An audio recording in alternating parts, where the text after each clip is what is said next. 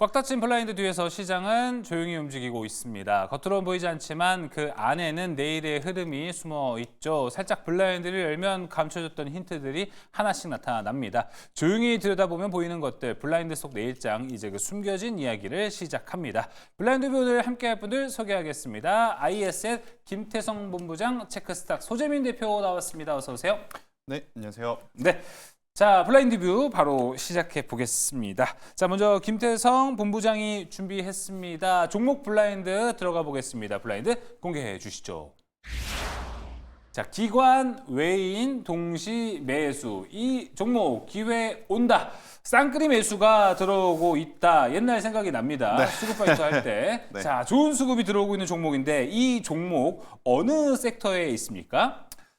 이 종목이 참 섹터가 여러 가지에 걸치면 걸칠 수 있더라고요. 방산에도 걸칠 수 있고, 네. 경협에도 걸칠 수 있고, 우주항공에도 걸칠 수 있는 제가 알찬 중소형주를 하나 골라왔습니다. 귀에 걸면 귀걸이, 네. 코에 걸면 코걸이, 다양한 데 걸 수 있는 종목입니다. 그런 거 사실 소재민 대표가 되게 좋아하거든요. 네. 딱 들으시자마자 내 종목인데 눈이 커지셨어요? 그렇죠. 이게 제가 겹테마를 그러니까요. 좀 좋아하다 보니까 네. 그런데 이제 방위 산업하고 보통 경협주 이렇게 겹치는 케이스가 뭐 떠오르는 건 현대로템 정도였는데 중소형주다라고 말씀을 네. 하셔서 어떤 종목일까 좀 궁금한데 어쨌든 경협주나 이런 쪽은 네. 당연히 저는 계속 긍정적으로 보고 있었고 네. 그리고 방위 산업 같은 경우도 실적 바탕으로 수출액이 계속 증가하고 있고 방위비 분담이라던가 이런 이슈들로도 움직일 수 있는 종목이기 때문에 이거에 겹테마라면 좋지 않을까? 이런 그렇죠. 생각이 듭니다. 맞아요. 오늘 생각해보니까 얘기 들어보니까 되게 신기하네요. 방산하고 이제 대북 경협이 같이 가는 흐름이 됐다. 이거 한 3년 전만 해도 예상도 상상치도 못하는 흐름이었는데 이제 이 둘이 갈 수도 있다라는 것도 우리가 볼 수 있을 것 같습니다. 자, 이 종목 진짜 궁금해질 것 같습니다. 바로 공개해 보겠습니다. 블라인드 오픈. 퍼스텍. 퍼스텍이 이게 경협에도 들어가나요? 그렇죠. 오. 일단은 퍼스텍 같은 경우에는 전쟁과 지금 어떻게 보면 평화가 공존하고 있는 시대에 네. 가장 적합한 본업을 가지고 있다 좀 말씀드릴 수 있을 것 같아요. 자, 일단 갈등 쪽을 이제 생각을 해보면 여전히 러시아 우크라이나 사태는 격화되고 있고 그쵸. 뭐 트럼프가 나선다라고는 하지만 막상 대통령이 되고 나서 여전히 ING 중이다라고 좀 보시면 될 것 같고요. 네. 그리고 지금 간밤 사이에 그리고 이제 오늘 현재 시점에서 날라오는 여러 가지 뉴스 중에 조금 복잡 미묘한 뉴스는 이란과 미국의 사이가 맞아요. 여기서 더 틀어질 수도 있겠다라는 생각이 들어요. 그 중심엔 이스라엘이라는 나라가 있는데 그쵸. 이제 이스라엘 나라 증시를 보니까 참 우리가 주식하다 보니 이 나라 증시까지도 체크를 해야 되더라고요. 세계의 모든 걸 다 알아야 그렇죠. 돼요. 예. 이스라엘 증시가 지금 폭락하고 있거든요. 그러니까요. 그렇다면 우리들만 지금 이 부분에 대해서 걱정하는 것이 아니라 실제 지금 그 나라도 전쟁에 대한 어떤 걱정들이 지금 나타나고 있다. 맞습니다. 이렇게 좀 보시면 될 것 같고요. 이제 우리나라 기준으로 또 평화 쪽 이야기를 해보면 정말 수년 만에 이 대북 확성기를 중단했다라는 네. 뉴스, 여기에 북한도 조금이나마 일단 화답해줬다라는 부분에 저는 경협과 지금 전쟁 관련주와 이제 공통된 테마의 겹테마라고 이제 이야기하는 종목군들은 꼭 한번 체크를 하셔야 될 것 같다라는 의견 한번 드려보도록 하겠고요. 그럼 퍼스텍은 지금 어떤 산업을 가지고 있느냐? 일단 첫 번째로 전쟁 관련해서는 방산, UAM이라든지 도시항공, 우주항공 이쪽에 부품을 좀 납품을 하고 있습니다. 그리고 이제 잠수함이라든지 네. 아니면 이 방산 선박에 지금 들어가는 부품을 만들고 있는 게 가장 중요한 포인트가 될 것 같고요.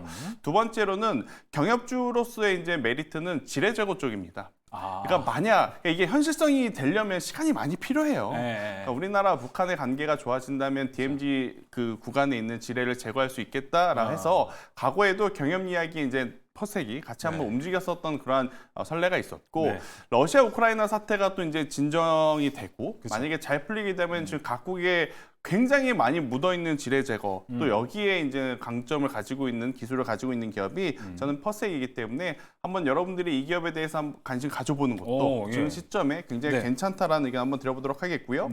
가격 전략이 가장 중요할 것 같습니다. 그렇죠. 결국엔 지금의 박스권을 지금 돌파할 거냐 말 거냐 굉장히 중요한 위치에 있는 상황이라서 돌파를 하게 된다면 저는 충분히 5,500원이라는 가격대까지 올라갈 가능성이 높다는 생각이 들어요. 5,500원까지 간 다음에 이제 여기서 정말로 역사적인 신고가로 갈 거냐 말 거냐는 수급 그리고 이제 그때쯤 들려오는 뉴스에 이제 민감하게 우리가 집중을 해야 될 것 같지만 기술적으로는 저는 5,500원까지도 일단 가능하다.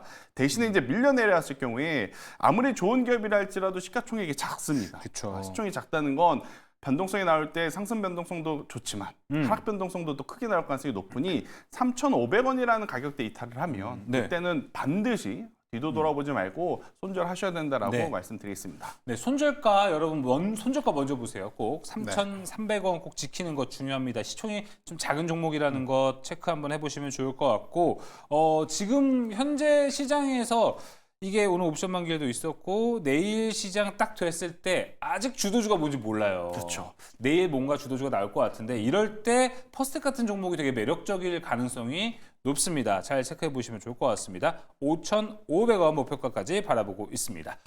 자, 이제 소재미 대표가 준비한 종목 블라인드로 가보겠습니다. 블라인드 공개해 주시죠. 상승 시그널 포착됐다. 이 종목 출발 준비 완료. 자, 대표님, 이 종목은 그럼 어느 섹터에 있습니까? 제약바이오 섹터에 있습니다. 제약바이오. 겹테마는 아니고요, 오늘은. 아닙니다. 오, 알겠습니다. 자, 제약바이오는 지금 뭐 너무나도 무궁무진한 모멘텀을 좀 가지고 있고 좀 종목 바이 종목으로 갈 수도 있는 상태입니다. 그리고 이제 본부장님은 현재 바이오 좀 어떻게 보실지 궁금합니다. 결국엔 지금 코스피 3,000 간다라고 하면 이제 코스닥 쪽에서도 어떤 섹터가 따라 올라와야 같이 이제 올라갈 것이냐라고 했을 때 제약바이오, 그렇죠. 2차 전지는 빼놓으면 섭하죠. 예. 그래서 이제 1번 저도 타자죠. 제약바이오는 굉장히 이제 긍정적으로 보는데 제약바이오가 참 어려워요. 네. 개인 투자자분들이 투자를 하기에 분석하기에도 어렵죠. 여기저기 리포트 보면 다 본인들의 제품이 정말 만병통치약이라고 이야기를 하는 것 같아서 그쵸. 투자하기 어렵기 때문에 우리 대표님들의 인사이트를 여러분들이 잘 받아가시는 게 맞아요. 중요할 것 같다는 의견 드리겠습니다. 맞습니다. 어떤 종목일지가 더 중요할 것 같습니다. 소재미 대표가 준비한 오늘의 종목은 과연 무엇일까요? 블라인드 오픈. 온코닉 테라퓨틱스. 네, 투자 포인트 바로 들어보겠습니다. 자, 뭐 말씀하신 것처럼 제약바이오 섹터는 리포트에 따라서 막 어떤 건 되게 좋다라고 하고 어떤 건 나쁘다고 하고 그래서 저는 보통 섹터를 고를 때 그러니까 이 기업의 가치를 분석하기보단 이 산업군, 이 기업이 올라갈 수 있는 환경이냐 아니냐를 좀 중요하게 생각하거든요. 환경, 네. 그래서 결국에는 제가 이제 여러분들한테 계속 지수 얘기를 많이 하면서 코스닥 지수가 800포인트 부근까지는 올라갈 수 있다. 거기가 저항이다라고 했고 거기를 돌파하면 850까지 열린다라고 했는데 그럼 800포인트 코스닥의 저항을 돌파하기 위해서는 그냥 일반적인 테마주들, 뭐 가벼운 테마주들 가지고 되게 힘든 저항을 돌파하기는 힘들거든요. 그럼 강력한 저항을 돌파하기 위해서는 아까 말씀해 주신 것처럼 2차 전지라던가 제약바이오 이 두 가지 섹터 중에 하나의 신장에 관심을 받아서 그 힘을 가지고 코스닥 지수가 저항을 돌파할 가능성이 좀 높다라고 보고 있습니다. 그래서 이 종목 같은 경우가 뭐 자큐보를 통해서 뭐 실적이 그리고 제약바이오 기업 중에 특히 바이오 기업들 같은 경우는 기술 수출을 하기 때문에 실적이 좋은 경우가 거의 없어요. 그런데 해당 종목 같은 경우는 흑자 전환한 기업이거든요. 그래요? 그래서 바이오 기업들이 좀 걱정되는 게 안 좋은 재무 때문에 유상증자라든지 이런 돌발 변수들, 재무적 악재가 좀 위험한데 그렇죠. 이 종목은 좀 그런 부분에서 좀 자유롭다라는 점이 좀 매력적인 포인트라고 보여지고요. 또 차트적으로 봤을 때 보통 제가 이런 말도 많이 해요. 뉴스 때문에 종목이 올라가는 게 아니라 올라갈 종목이 되면 뉴스가 뜬다라고 보통 말을 많이 하거든요. 자, 이 종목 같은 경우도 잘 올라가다가 하락 추세 이후에 단기 박스권을 형성했습니다. 지금 단기 박스권을 형성하면서 60일선 지지 받고 이탈하지 않고 지금 박스권 상단 돌파하고 오늘 안착 시도까지 했거든요. 어제는 뭐 셀트리온하고 관련된 이슈가 나오면서 좀 가볍게 박스권 상단을 돌파하는 움직임을 보여줬는데 이렇다라고 한다면 이 종목이 밀린다라고 하더라도 60일선 이탈할 가능성 적다라고 보여지고 자리는 만들어놨고 네. 코스닥도 돌파 자리는 만들어놨기 때문에 그렇다고 한다면 다음 주쯤 기대해서 뭐 돌발 이슈 한번 등장하지 않을까 이런 기대가 되는 종목입니다. 일단은 현가 자리 접근하기에 매력적인 자리고요. 밀린다라고 하더라도 한 22,000원 정도까지 좀 분할 매수한다 생각하시면 좋을 것 같고요.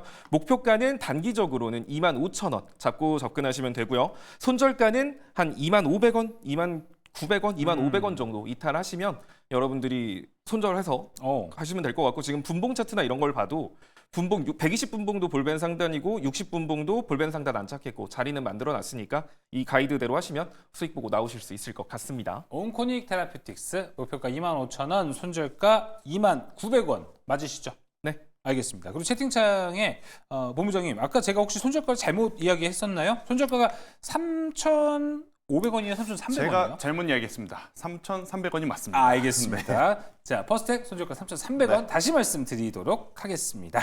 자, 그럼 이제 전략 블라인드로 바로 넘어가 보도록 하겠습니다. 김태성 본부장이 준비한 전략 블라인드 공개해 주시죠. 기관 외인 흐름에 맞춘 투자 전략은 바로 이거다. 아까부터 좀 뭔가 이제 수급 쪽으로 이야기를 많이 풀어주실 것 같은 생각이 듭니다. 이게 과연 무엇일지 블라인드 오픈. 섹터 내 상대적 저가. 그러니까 어떤 섹터 안에서 덜 오른 종목을 얘기하는 건가요? 그렇죠. 그러니까 지금 너무 좋다 우리가 좋은 것만 바라보고 있지만 네. 사실 이제 미증시도 역사적인 또 신고가 구간 앞에서 여러 가지 악재가 될 만한 요소들은 가지고 있거든요.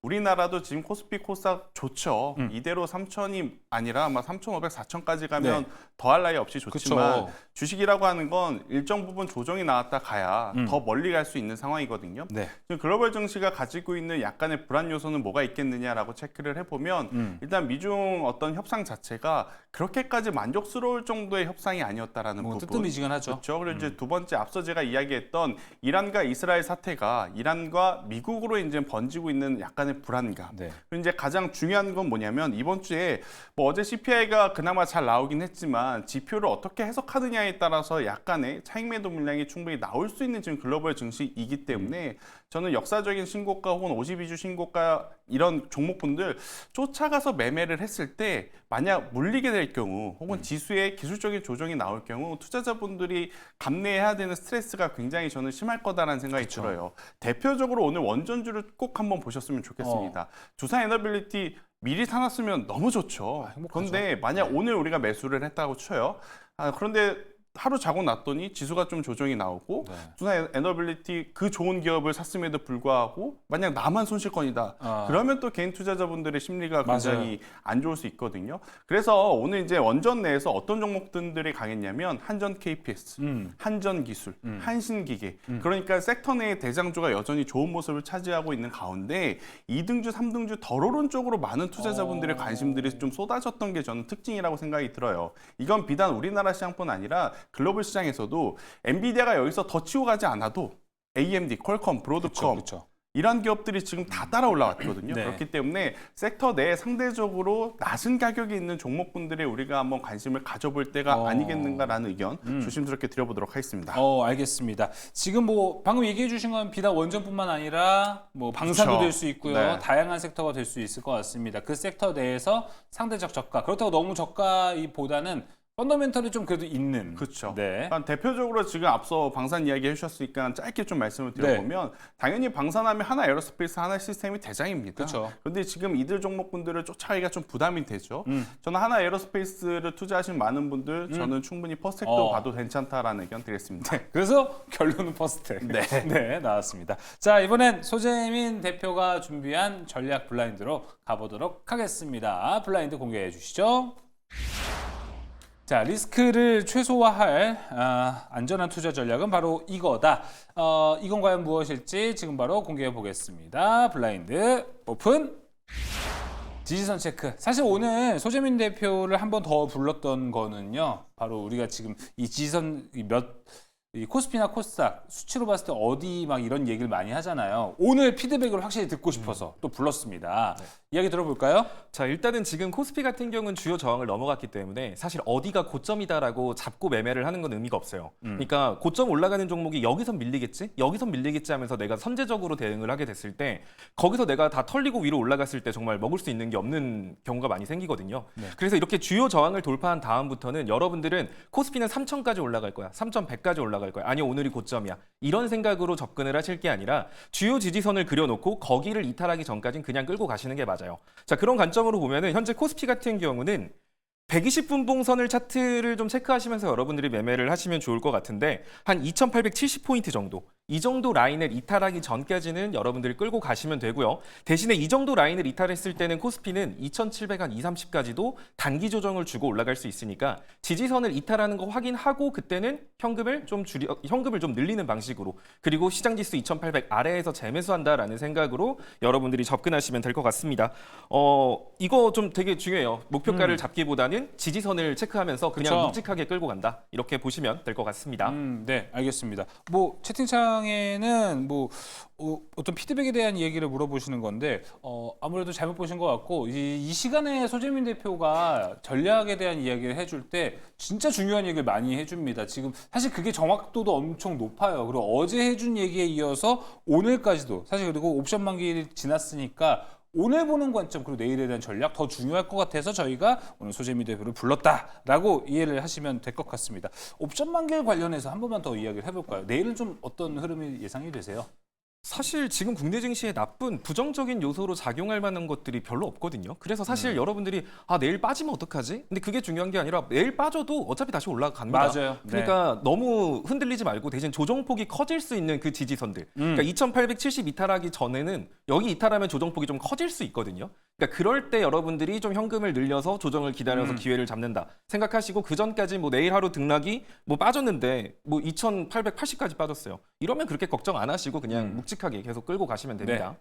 맞습니다. 여러 가지로 봤을 때 그냥 그거 같아요. 요새 우리 하도 몇 년 동안 계속 맞았잖아요. 맞아요. 그러다 보니까 이렇게 올라도 불안한 건데 이제 좀 자신감을 가지고 국장을 바라봐야 되는 게 딱 그 타이밍이 되지 않았나 이렇게 생각이 듭니다. 자, 전략 블라인드까지 모두 들어봤습니다. 블라인드 뷰는 오늘 여기서 마무리합니다. IS 김태성 본부장, 체크스탁 소재민 대표 함께했습니다. 오늘 말씀 고맙습니다.